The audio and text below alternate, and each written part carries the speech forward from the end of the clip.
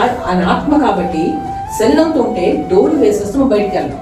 ఇప్పుడు డోర్ వేస్తుంది అనుకుందాం, డోర్ ఎప్పుడైతే వేస్తామో బయట ఉన్న మనిషి లోపలికి రాలేదు, లోపల ఉన్న మనిషి బయటికి వెళ్ళలేదు. కాలం ఏంటంటే శరీరంతో ఉంటే అదే పరిస్థితి. కానీ ఆత్మ రూపంలో ఉన్నప్పుడు ఒక మనిషి బయటికి వెళ్ళగలడు, లోపలికి రాగలడు. ఆత్మలన్నింటినీ ఉంటాయి. సుమారు ఆత్మలు 4 రకాలు ఉంటాయి. ఒకటి దేవుని ఆత్మ, అది దైవాత్మ అంటారు.